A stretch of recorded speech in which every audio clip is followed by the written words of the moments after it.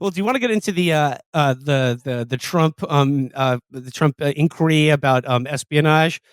Because like apparently, like there's an article in the New York Times that says headline is classified material on human intelligence sources help trigger alarm. Now you read this article, and like many of these articles, it's very hard to suss out like what actually it happened or what he's being accused of. But it seems to me that they are framing this in a way to imply, or perhaps even, they might have the goods on this, to imply that the classified intelligence documents that he took or declassified at Mar-a-Lago related to human intelligence sources overseas. And the implication being that he was holding on to them to like sell them to foreign adversaries. And they also do this weird thing of noting this like sharp uptick in the number of human intelligence sources that have been fucking, let's just say, neutralized over the last 2 years. So what do you think is going on here? Do you think that like this is, I mean, they're still at it and they have like, this is the strongest bullet they have yet to take down Trump or set him up or whatever? I mean, do you credit the idea that he was going to literally sell undercover operatives to like China or Saudi Arabia or like Turkey or who the fuck knows? I don't think so. I don't. No. I think this is probably all bullshit. It kind of reminds me of the Russian bounties in Afghanistan. Yes, like they've got, because they have him on this thing, right? They've got him, but they have him the way that they got Al Capone. They got him on tax evasion, and it's like that's fine because it's it's a case that you can prosecute successfully, and that's all you need. But I mean, you don't really like when you prosecute a guy like Capone, you don't have to convince people, right? That this like in the court of public opinion, that these charges are worth pursuing.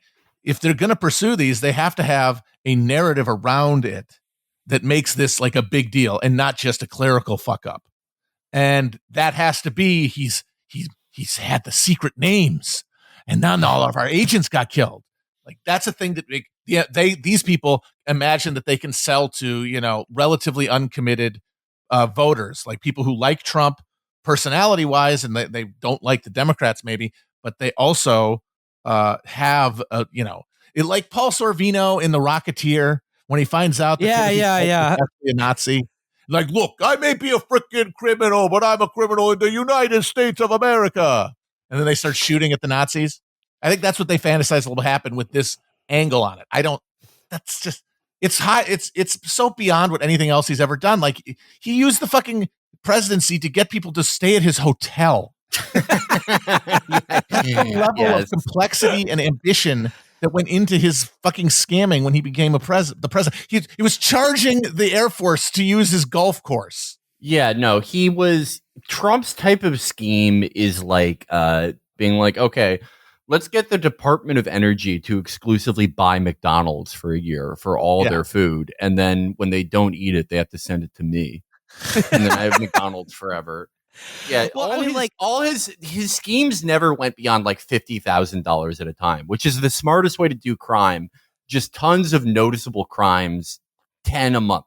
No one notices, but his imagination is not quite big enough. It reminds me of the Alpha Bank thing too. Remember that when they're like, oh, they send wires to fucking the Caymans, and then they use the SWIFT system. And it's like, do you think Michael Cohen knows what that is? Michael Cohen would light himself on fire if he tried doing a wire transfer. I will say this though. If it turns out that Kushner, I'd say it would be Kushner and not Trump, arranged for nuclear secrets to go to Saudi Arabia, like has been speculated, then maybe he actually did sell the names of fucking CIA agents. But it would have been, as I said, it would have been Kushner, not Trump. Yeah, and I think Felix, I think you've sort of gelled around what I think is my feelings on this, which is like I certainly not put it past Trump or anyone in his inner circle to be morally opposed to selling the names of undercover CIA agents and informants in foreign hostile countries to their governments in exchange for money. And what's more than that, I actually morally credit them with doing that, because I think all of our spies and snakes, it's time to cut the grass, folks. Mm-hmm. It's time to cut the grass. But that being said, I think you're right that like it doesn't, at least in my feeling of this, it doesn't feel like the kind of penny ante bullshit that Trump usually gets up to. You can't see him doing it. The most important, it's not going to juice any voters that you wouldn't quite have gotten before, right? No one thinks that. Matt is completely right on that. The most important thing politically, the most important thing electorally in the horse race sense is that it gums up the works. It's kind of hard to do your usual routine. It's kind of hard to go on stage for 7 hours and let's just say, go through every song on Madman Across the Water, as he likes to do.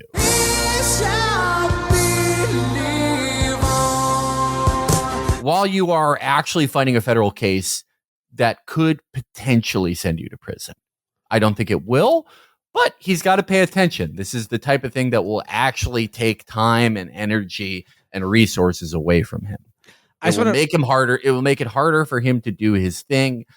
And it leaves DeSantis in this sort of no man's land where he's not, Trump isn't quite out, but he's at greatly diminished powers, but not quite enough where you can just push him over.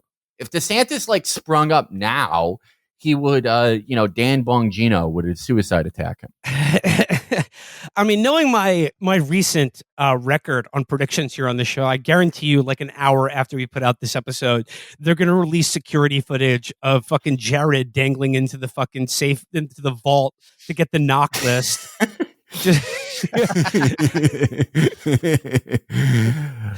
Because Trump wouldn't do that himself. No. Well, no. Remember the scene where Cruz has to catch his sweat as it beads up off the glass. As soon as they put Trump in the harness and lowered him into the thing, it would just rain on the floor. It would just be it would be burger juice just falling off of him. The alarm would have been tripped.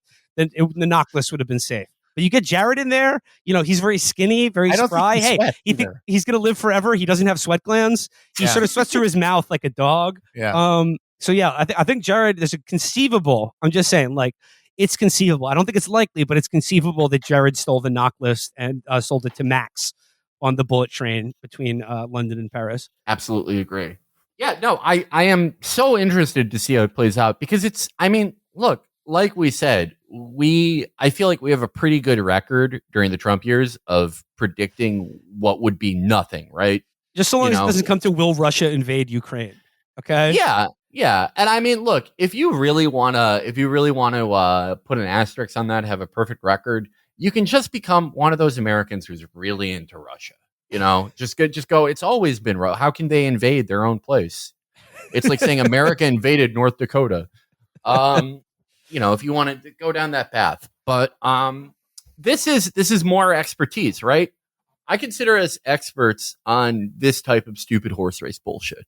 Hold on, I just want to just read a little bit from the New York Times article here. It says, CIA espionage operations inside numerous hostile countries have been compromised in recent years, and the governments of those countries have arrested, jailed, and even killed the agency's sources.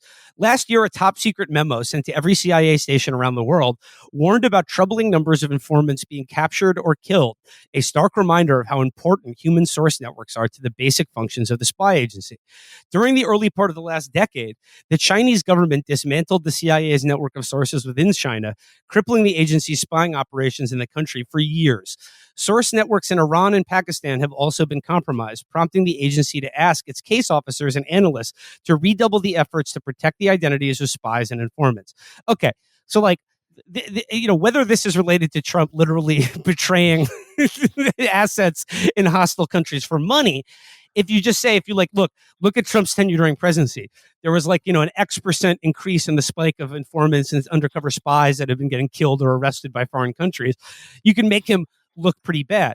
That being said, during this same time, all of these fucking case officers and fucking station chiefs were bitching about getting fucking Havana syndrome, being like, "Oh, my tummy hurts. I have a headache." So, you can't tell me that this is unrelated to the fact that oh shit, we let that Iranian nuclear scientist that was going to flip for us. We just texted him from the wrong phone number and now he's disappeared. Oops. Oh no. Oh, my tummy. Oh, please give me money for healthcare. Maybe these CIA agents' health problems come from repressing the horrible guilt of seeing all of their fucking agents murdered in front of them because they were too busy talking about their dang feelings in a chat room to help them get pulled out of a situation where they'd been compromised. And now they get this perfect alibi. My tummy hurts because of Havana syndrome, and we lost those agents because Trump leaked the names. Perfect. Get out of jail free card. CIA, you love it. They always have every angle covered. I think it's amazing that they got over burnout syndrome, PTSD from taking standardized tests, all that, to finally put something together against him. Look, I don't think it's good. I don't think, if we're taking a principled stand, I don't think it's good for unelected bureaucrats of, yes, the deep state to go, hey, you're not president anymore. It's never good, right? No. But like, as somebody who is into the sport of all this, it's like, Yeah. hey, you finally got one. Right. You know? And like, I'm sorry, like this is the way it works. I mean, we all want something different, and we're all struggling and flailing to try to find some way to express that desire for something different. But, this is not the first time that a president has been neutralized by forces in the government. You know what I mean? Yeah. And it's like this way, everywhere. We love talking about, especially now, we love talking about how every problem, every horrible quality of life problem that the UK is experiencing, the hell they will experience this winter, it coincides perfectly with the things that Jeremy Corbyn actually wanted to do. Yet, what would have it been like if Jeremy Corbyn had been PM? He would have been killed by MI5 by now. Yeah. This is unfortunately how these things go. It is how these things go until, you, I guess, do a big DBT session with every intelligence agent in the West. What's DBT again? Dialectical behavioral therapy, where they will learn to no longer become overwhelmed by their emotions. I thought it was a Dragon Ball kind of thing. I thought it was like Dragon Ball Z. Well, that was the other thing I meant, that you would get all the Dragon Balls and you bring Frank Church back to life. And it's like, oh, we're going to do the hearings now again.